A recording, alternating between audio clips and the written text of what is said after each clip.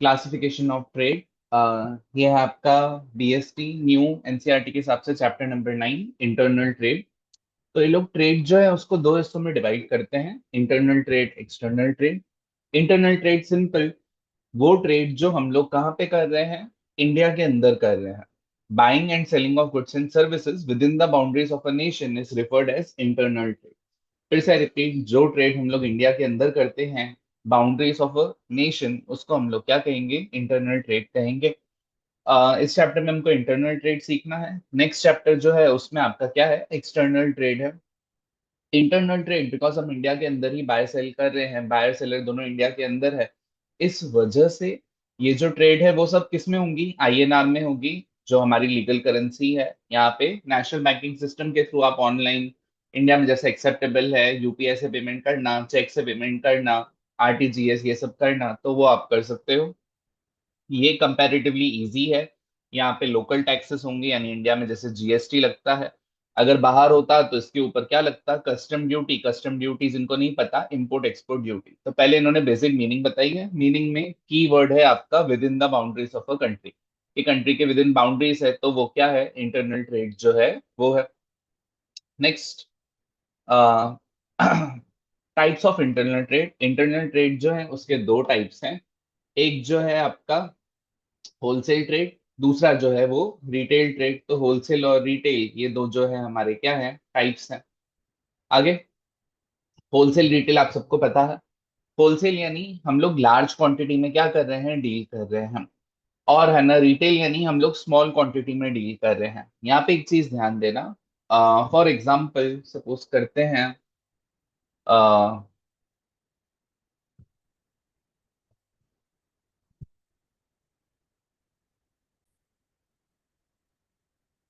Okay, तो जैसे मैं कह रहा था, सपोज करते हैं आपको जो है, ओके, सपोज करते हैं मिस्टर ए जो है वो प्रोड्यूसर है, वो सेल कर रहा है मिस्टर बी को। मिस्टर बी जो है वो सेल कर रहा है कंज्यूमर को। तो बीच में एक ही इंसान है, बीच में सिर्फ एक इंसान है, तो ये कौन हुआ, रिटेलर हुआ। तो डिफाइन है, जो कंज्यूमर को बेचे वो रिटेलर, और रिटेलर जिससे खरीद रहा है या तो वो प्रोड्यूसर होगा या होलसेलर होगा। यानी पॉसिबल है, फॉर एग्जाम्पल सपोज करते हैं, आपको ऐसे दिया होता, ए मिस्टर बी को बेच रहा है, मिस्टर बी, मिस्टर सी, मिस्टर डी, और लास्ट में कंज्यूमर के पास आ रहा है। तो मिस्टर डी रिटेलर है, बी और सी होलसेलर है, और ए जो है वो कौन हुआ, आपका प्रोड्यूसर जो है वो हुआ। तो ये चीज ध्यान देना, डिफाइन जो है वो किसको बेच रहे हैं उसके हिसाब से है। जो इंसान कंज्यूमर को बेच रहा है वो किसके अंदर आ जाएगा, वो इंसान को हम लोग कंसिडर करेंगे एज अ रिटेलर। ओके, तो wholesale, it is trading activity in which wholesaler buys goods in large quantity directly from the manufacturer, directly manufacturer से खरीद रहा है और ये लोग रिटेलर को बेच रहे हैं। जो इंसान ये काम कर रहा है उसको हम होलसेलर कहेंगे। कैरेक्टरिस्टिक्स ऑफ होलसेलर, होलसेलर जो है वो लार्ज नंबर ऑफ कस्टमर्स को बेच सकता है, मींस वो पूरे एरिया का होलसेलर है। फॉर एग्जांपल, कोई पूरे अहमदाबाद में, हमारा एग्जांपल है, सपोज करते हैं लेस के चिप्स के पैकेट्स, तो कोई इंसान अहमदाबाद का होलसेलर है, पूरे अहमदाबाद में वो क्या कर रहा है, सेल कर रहा है। होलसेल परचेस करता है गुड्स लार्ज क्वांटिटी में और सेल करता है कस्टमर को, मतलब रिटेलर्स को, स्मॉल क्वांटिटीज में। होलसेलर सारी एक्टिविटीज परफॉर्म करता है, जो भी एडवर्टाइजमेंट का काम है वो भी कौन हैंडल करता है, होलसेलर। फॉर एग्जाम्पल हम लोग समझे, हाँ, आप अगर कोई पान या ऐसे कोई शॉप पे गए, कोई है ना, लोकल शॉप पे गए, वहां पे आपने देखा होगा उसका नाम लिखा हुआ है और उसके बाजू में थम्स अप या किसी की एड है। तो कोई भी है ना जनरल स्टोर, उसका नाम है और बाजू में थम्स अप की एड है। थम्स अप कंपनी या कोको कोला कंपनी ने वो एडवर्टाइजमेंट नहीं करी, वो एडवर्टाइजमेंट किसने करी है, होलसेलर ने। तो होलसेलर मार्केटिंग हैंडल करता है। आप कोई शॉप पे गए, उसके पास फ्रिज है कोको कोला की, तो वो कोक की जो फ्रिज है, वो फ्रिज रिटेलर को किसने दी है, होलसेलर ने दी है। मार्केट से इंफॉर्मेशन गैदर करना, प्रमोट करना, ऑर्डर रिसीव करना, ग्रेडिंग, अलग अलग हिस्से में डिवाइड करना, वापस रीपैक करना, बिकॉज उसने बल्क में खरीदा है, रिटेलर को स्मॉल क्वांटिटी में बेचना, ये सब काम कौन कर रहा है, होलसेलर। याद रखना, कभी कभी होलसेलर का मार्जिन ज्यादा हो जाता है बिकॉज उसका रिस्क काफी बार मैन्युफैक्चरर से ज्यादा है।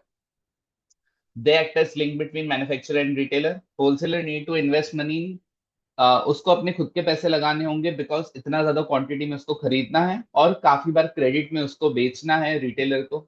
होलसेलर किसी एक लाइन ऑफ गुड्स में भी स्पेशलाइज कर सकता है या अलग अलग गुड्स भी बेच सकता है। होलसेलर अर्न कंपैरेटिवली लो प्रॉफिट मार्जिन। सर आपने कहा प्रॉफिट ज्यादा होता है, प्रॉफिट ज्यादा होता है, मार्जिन कम होता है। एक 10 रुपए के पैकेट के ऊपर भले वो क्या कर रहे हैं, 0.5 या 1 रुपीज कमा रहे हैं, मार्जिन कम है। एक 10 रुपए के पैकेट में 50 पैसा वो कमा रहा है, लेकिन वो सिर्फ एक पैकेट नहीं बेच रहा, करोड़ों पैकेट बेच रहा है, इस वजह से उसका प्रॉफिट ओवरऑल ज्यादा होगा।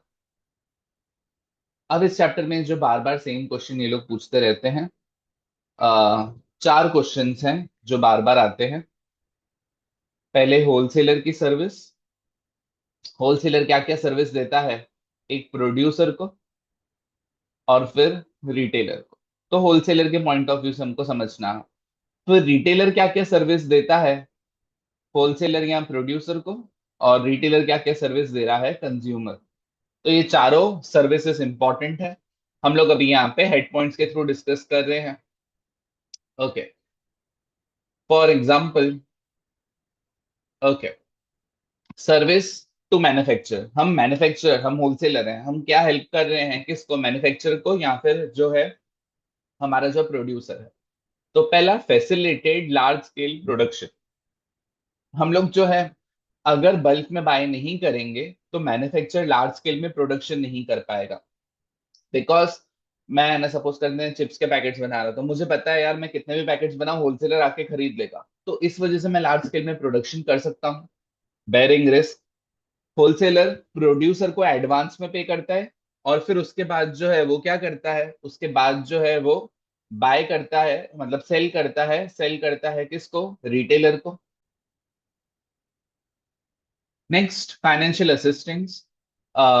होलसेलर जो है वो क्या कर रहा है, काफी बार फाइनेंशियल असिस्टेंस जो है वो प्रोवाइड करता है। मैन्युफैक्चर को वो एडवांस में पेमेंट कर देता है, क्रेडिट पे कम बाय करता है, तो वो फाइनेंशियल बर्डन जो है कम करता है मैन्युफैक्चर का। एक्सपर्ट एडवाइस, बिकॉज होलसेलर जो है वो रिटेलर से लिंक है, तो कस्टमर सारी इंफॉर्मेशन रिटेलर को देंगे, रिटेलर वो इंफॉर्मेशन जो है होलसेलर से शेयर करता है। और कुछ भी चेंजेस हो प्रोडक्ट में तो वो प्रोड्यूसर तक कौन पहुंचाएगा इंफॉर्मेशन, वो जो है होलसेलर पहुंचाएगा। तो उसको एक्सपर्ट एडवाइस मिल रही है प्रोड्यूसर को, किस वजह से, because of a wholesaler. Helps in marketing हमने पहले ही देखा, प्रोडक्ट के डिस्ट्रीब्यूशन, मार्केटिंग, ये सारे काम जो है वो कौन हैंडल कर रहा है, होलसेलर हैंडल कर रहा है। यस, कंपनी का प्रोडक्ट प्रोड्यूसर का है, लेकिन उसको बेचने का मेहनत जो है, एडवर्टाइजमेंट जो है वो किसकी जिम्मेदारी होती है, होलसेलर की होती है। मैंने पहले ही बता दिया, एक शॉप के ऊपर जो बैनर लगा हुआ है वो किसने लगाया है, होलसेलर ने। Facilitate continuity, wholesaler regular basis पे ऑर्डर देता रहता है प्रोड्यूसर को, तो वो उस हिसाब से अपना प्रोडक्शन प्लान कर सकता है। और लास्ट, स्टोरेज। होलसेलर जो है वो प्रोड्यूसर ने जैसे ही गुड्स बनाए, वो गुड्स जो है होलसेलर उससे बाय कर लेगा। उसको स्टोर करने की जिम्मेदारी जो है वो किसकी है, होलसेलर की है। तो फॉर एग्जांपल, लेस कंपनी जो हम लोग सोच रहे हैं, तो उसका प्रोडक्शन हो रहा है गुड़गांव या कोई साइट जो है वहां पे। अब उसमें से अहमदाबाद का पर्सन वहां जाके ऑर्डर ले रहा है, अहमदाबाद में स्टोर कर रहा है, अहमदाबाद में इतने सारे एरियाज है, सब में वो क्या कर रहा है, रिटेलर तक पहुंचा रहा है। तो ये सारा स्टोरेज का खर्चा, वेयर हाउस का खर्चा, डिस्ट्रीब्यूशन का खर्चा कौन हैंडल कर रहा है, होलसेलर। तो प्रोड्यूसर को गुड्स बनाने हैं, बस उसको उसको स्टोरेज के बारे में सोचना नहीं है। नेक्स्ट, होलसेलर क्या सर्विस दे रहा है रिटेलर को। तो पहला, अवेलेबिलिटी ऑफ गुड्स। आपने देखा होगा शॉप्स के बाहर कोको कोला इन सब की जो है वो क्या कहते हैं, वैन खड़ी होती है। तो बस होलसेलर ने सुबह को ऑर्डर किया, दोपहर तक उसके पास क्या आ जाएगा, स्टॉक आ जाएगा। सॉरी, रिटेलर ने सुबह को ऑर्डर किया, दोपहर तक उसके पास होलसेलर ने स्टॉक बेच दिया। तो उसको हमेशा गुड्स अवेलेबल होंगे जब भी उसको चाहिए। मार्केटिंग सपोर्ट, ये हमने पढ़ा, मार्केटिंग में उसको हेल्प करेगा। नेक्स्ट, ग्रांट ऑफ क्रेडिट, वो उनको क्या करेगा, क्रेडिट फैसिलिटी देगा। होलसेलर काफी बार रिटेलर को बोलता है कि भाई आप जो है गुड्स रखो, नहीं बिके तो गुड्स वापस करना, अगर सेल हो जाए तो आप मुझे क्या करना, पैसे दे देना। तो ये जो है वो क्या कर रहे हैं, उनको सर्विस दे रहा है, हेल्प कर रहा है क्रेडिट का। स्पेशलाइज्ड नॉलेज, होलसेलर अपने फील्ड में एक्सपर्ट है, उनको पता है, वो रिटेलर को आइडिया देगा कि इस तरीके से एडवर्टाइज कर, इस तरीके से एडवर्टाइजमेंट नहीं कर, ये वाला प्रोडक्ट आगे रख, ये वाला प्रोडक्ट पीछे रख। कौन सा किस प्राइस में बेचे, ये सारी स्ट्रेटेजीज वो शेयर करता है किससे, रिटेलर से। और लास्ट, रिस्क शेयरिंग। कुछ कुछ चीजों में रिटेलर का रिस्क कौन शेयर करता है, होलसेलर। फॉर एग्जाम्पल, कोई स्टॉक खराब हो जाए, बिलफ्रेज पिलफ्रेज एक्सपायर डेट हो जाए, खराब हो जाए, ऑब्सिलेंस हो जाए, प्राइस ऊपर नीचे हो जाए, तो होलसेलर बोल रहा है कि खराब हो गया तो चल, आधा तेरा हिस्सा होगा आधा मेरा हिस्सा होगा। मतलब सपोज करते हैं कोई 100 रुपए की चीज है, खराब हो गई, 80 रुपीज में उनका कॉस्ट था, तो 40 रुपीज लॉस होलसेलर बेयर करेगा, 40 रुपीज जो है रिटेलर बेयर करेगा। तो ये सारी सर्विसेज थी जो होलसेलर रिटेलर को और प्रोड्यूसर को प्रोवाइड करता है। अब रिटेलर कौन सी सर्विस देता है, तो पहले रिटेल की डिफाइन। रिटेलर जो है स्मॉल क्वांटिटी में गुड्स खरीदता है, और कस्टमर जो है उनको बेचता है बिजनेस या मतलब नॉन बिजनेस और पर्सनल यूज के लिए। The trade between wholesaler in the trade buying the trader आएगा यहाँ पे, the trader buying goods from wholesaler in small quantities, उस ट्रेडर को हम लोग क्या कहते हैं, रिटेलर। कैरेक्टरिस्टिक्स काफी इजी, ये लिंक है होलसेलर और जो कस्टमर है उनके बीच में। ये हमको कन्वीनियंस दे रहा है, आप घर के बाहर जाके क्या कर सकते हो, बाय कर सकते हो।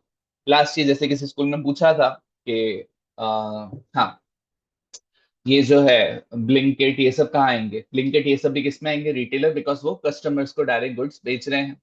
अब रिटेलर की सर्विस होलसेलर और प्रोड्यूसर को। रिटेलर है इस वजह से गुड्स डिस्ट्रीब्यूट हो रहे हैं कस्टमर तक, वो डायरेक्ट आपके गुड्स पहुंचा पा रहे हैं। अगर रिटेलर नहीं होते, होलसेलर को हर एक कस्टमर को गुड्स देने जाना पड़ता, पॉसिबल नहीं है। Personal selling simple, enabling large scale operation. Retailer भले स्मॉल क्वांटिटीज में बेच रहा है लेकिन कस्टमर को डायरेक्ट बेच रहा है। तो एक होलसेलर है लेकिन उसके नीचे 100 रिटेलर्स हैं, 100 रिटेलर्स हैं, इस वजह से होलसेलर इतने लार्ज स्केल पे अपना काम कर पा रहा है। Collecting market information, retailer customer से डायरेक्ट कांटेक्ट में है तो उनसे वो मार्केट इंफॉर्मेशन लेगा, और वो इंफॉर्मेशन वो किसको शेयर करेगा, वो इंफॉर्मेशन जो है वो शेयर करेगा होलसेलर और प्रोड्यूसर से। In return producer better quality के गुड्स बनाएंगे। Helps in promotion simple. Risk bearing, अगर गुड्स नहीं बिके तो रिस्क मैन्युफैक्चर होलसेलर, और थोड़ा रिस्क कौन हैंडल कर रहा है, रिटेलर भी। Last, service to consumer, consumer को क्या क्या सर्विसेज जो हैं वो दे रहे हैं। पहला, regular availability of goods. Retailer जो है उस वजह से कस्टमर को हमेशा गुड्स मिल सकते हैं, आप घर के बाहर जाके गुड्स खरीद सकते हो, घर बैठ के ऑर्डर कर सकते हो, बिकॉज रिटेलर गुड्स बेच रहे हैं। न्यू प्रोडक्ट इंफॉर्मेशन, रिटेलर के पास आप जाओगे आपको वो नए प्रोडक्ट बताएगा कि ये नया फ्लेवर आया है मार्केट में, इसके फीचर क्या है, यूटिलिटी क्या है, क्या प्राइस में बेच रहे हैं। तो रिटेलर इनडायरेक्टली मार्केटिंग कर रहा है कस्टमर्स को। कन्वीनियंस इन बाइंग सिंपल, आपको सिर्फ एक क्वांटिटी खरीदनी है, दो खरीदनी है, आप अपने हिसाब से खरीद सकते हो। Wide selection simple. After sale service, अगर आपने कोई इलेक्ट्रॉनिक गुड्स खरीदे हैं, क्रोमा या कहीं से आपने खरीदे हैं, तो अगर आपको उसका डेमोन्स्ट्रेशन चाहिए, बाद में आपको आफ्टर सेल सर्विस चाहिए, कुछ स्पेयर पार्ट खराब हो गया, वो सब चीजें हैं, तो वो कौन हैंडल कर रहा है, रिटेलर हैंडल कर रहा है। प्रोवाइड क्रेडिट फैसिलिटी, ये जनरली कम है बट रिटेलर्स अपने रेगुलर कस्टमर को क्रेडिट फैसिलिटी देते हैं। ईएमआई पे काफी सारे रिटेलर आज की डेट में गुड्स बेच रहे हैं। तो यहाँ पे चैप्टर का first part, easy part complete, wholesaler retailer और उनकी सर्विसेज। अब हमको इस चैप्टर में आगे पढ़ना है टाइप्स ऑफ रिटेलर्स, रिटेलर के टाइप्स क्या क्या है। तो रिटेलर के दो टाइप्स हैं। इट इनरेंट वर्ड का मतलब होता है मूविंग रिटेलर्स, का मतलब होता है मूविंग रिटेलर्स। तो जो एक जगह रुक के बिजनेस नहीं करते, एक से दूसरी जगह मूव होते रहते हैं। दूसरा फिक्स शॉप, फिक्स शॉप में दो चीजें ज्यादातर स्कूल में पूछते हैं, डिपार्टमेंटल स्टोर और chain store. It inherent retailers, retailer are traders who move with their goods from one place to another, एक जगह से दूसरी जगह जो शिफ्ट होते रहते हैं उनको हम लोग क्या कहते हैं, इट इनहेरेंट रिटेलर्स। उनकी कोई फिक्स प्लेस नहीं है, वो एक जगह से दूसरी जगह मूव होते रहते हैं। इसके टाइप्स अगर हम समझें तो सबसे पहले है पैडलर एंड हॉकर। पैडलर और हॉकर, पैडलर एंड हॉकर का मतलब समझना। पैडलर यानी वो पर्सन जो अपने सर के ऊपर, हाथ के ऊपर गुड्स लेके घूम रहे हैं, सर के ऊपर अगर लेके घूम रहे हैं उनको हम बोलेंगे पैडलर्स।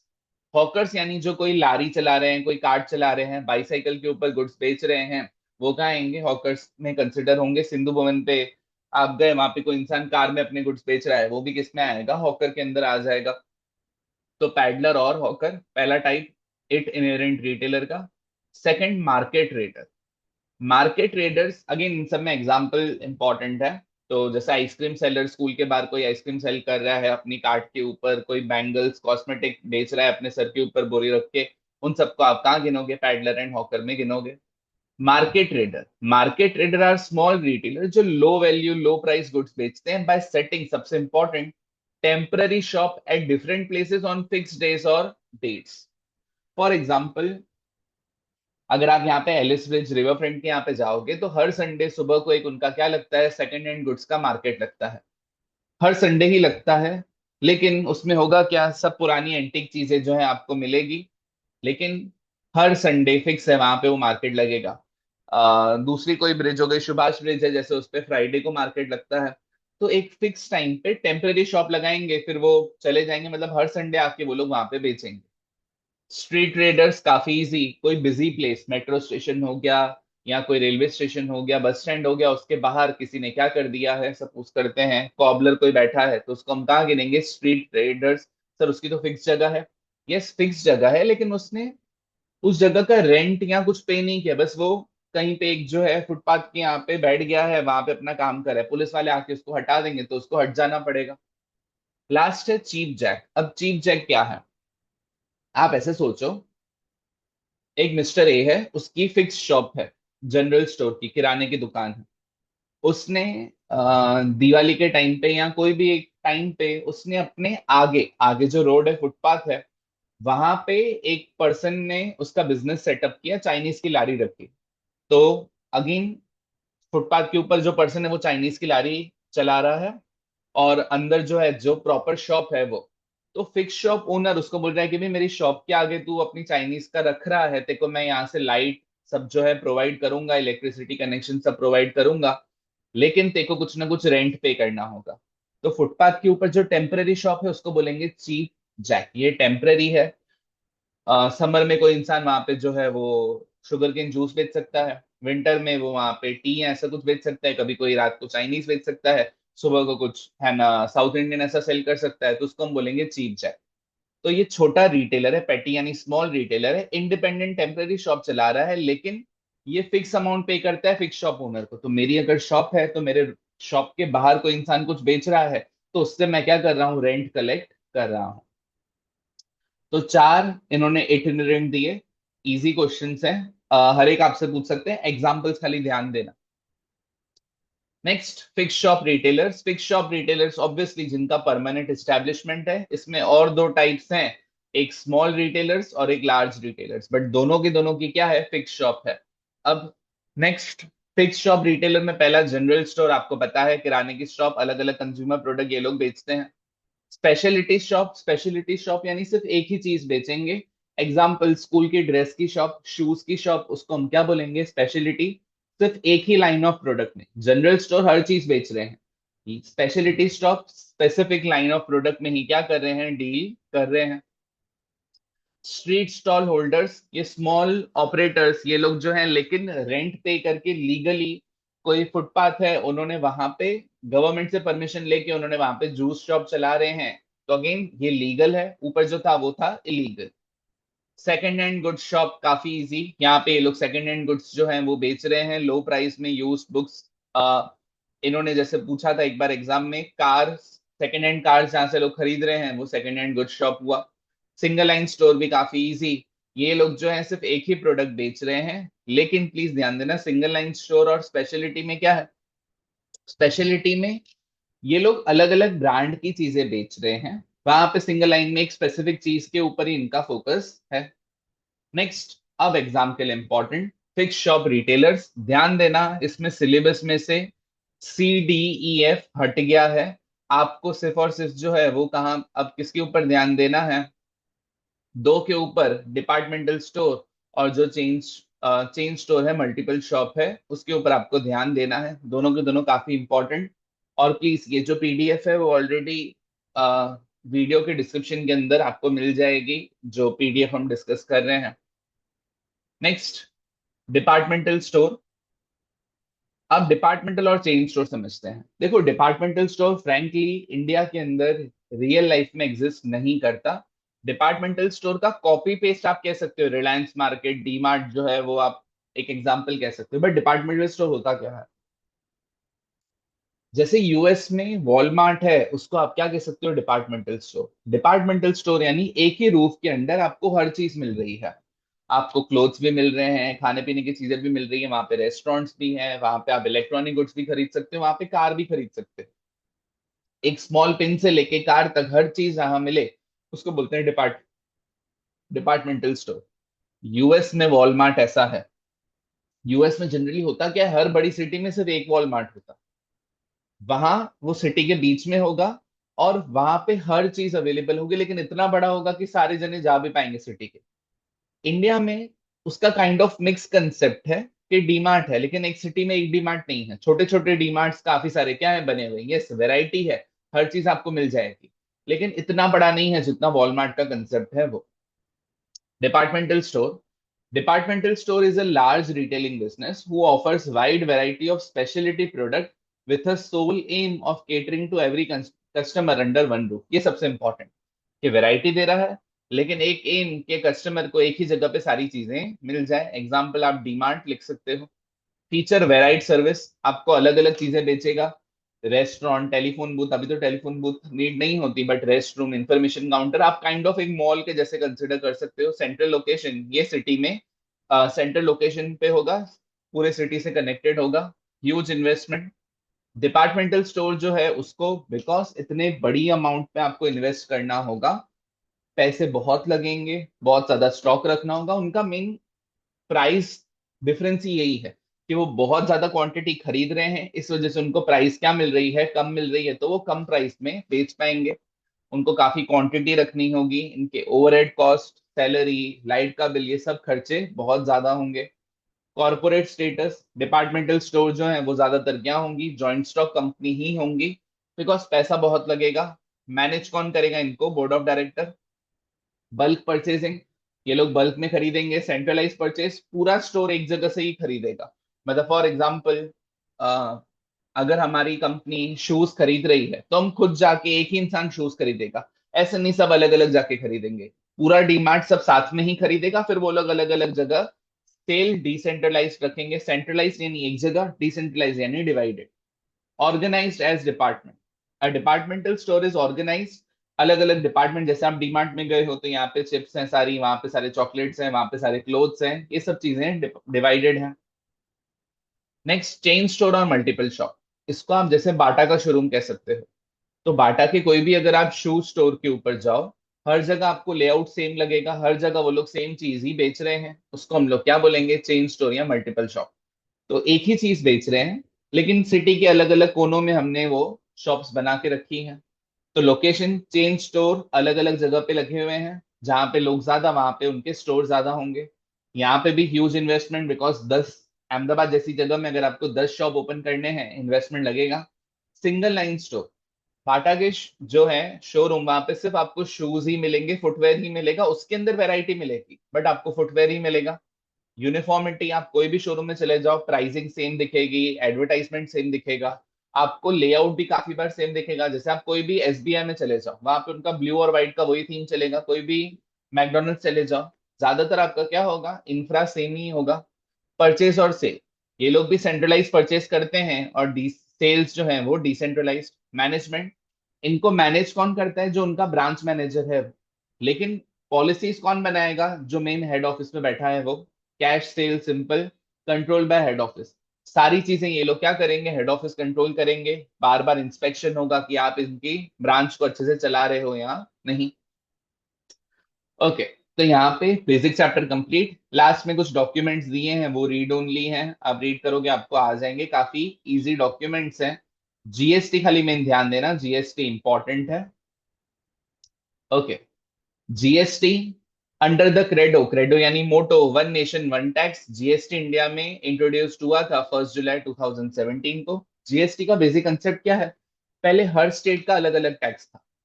हर स्टेट का, गुजरात में अलग टैक्स था, महाराष्ट्र में अलग, तो बिजनेसमैन जो बहुत ज्यादा इंटरनल ट्रेड करते थे, हर गवर्नमेंट के अलग अलग रूल्स, अलग अलग सीए रखने पड़ते थे, अलग अलग जगह जाना पड़ता था।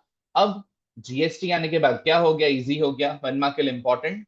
GST has replace 17 indirect taxes और 23 सेस। सेस यानी टैक्स का टैक्स ही है, टैक्स ऑन टैक्स। तो उसने 17 इनडायरेक्ट टैक्स और 23 सेस सेस यानी टैक्स ही है, उसको उसने रिप्लेस किया। की फीचर्स, पहला, जीएसटी पूरे इंडिया पे अप्लाई होगा including Jammu and Kashmir. India में पहले, अभी तो नहीं है ये, बट पहले रूल था कोई भी कानून पास होगा जम्मू कश्मीर का अलग कानून होगा। अभी लकीली ऐसा नहीं है, पूरे इंडिया में सेम ही एक्ट अप्लाई होते हैं। जीएसटी किस पे है? सप्लाई ऑफ गुड्स के ऊपर है। जब आप गुड्स बेचोगे तब आपको जीएसटी पे करना है। It is principal on destination based tax, के गुड्स बने सपोज करते हैं गुजरात में, सेल हुए राजस्थान में, तो राजस्थान में आपको जीएसटी पे करना है। Import of goods and service, वो इंटरस्टेट सप्लाईज हैं, उस पे आईजीएसटी चलेगा, मतलब गुजरात के गुड्स बाहर जाएंगे तो उस पे आईजीएसटी लगेगा। इंटीग्रेटेड जीएसटी, गुजरात के गुड्स गुजरात में ही सेल होंगे तो उस पे क्या लगेगा? CGST, SGST. फिर से सेम स्टेट है तो सीजीएसटी, एसजीएसटी, सेंट्रल और स्टेट जीएसटी। और अगर स्टेट अलग अलग है तो उस पे कौन सा जीएसटी लगता है? IGST, integrated GST. जीएसटी के 4% है, 5, 12, 18, 28। एक्सपोर्ट पे जीएसटी नहीं लगता, आप जीएसटी गवर्नमेंट को पे कर सकते हो ऑनलाइन, एनईएफटी और आरटीजीएस के थ्रू।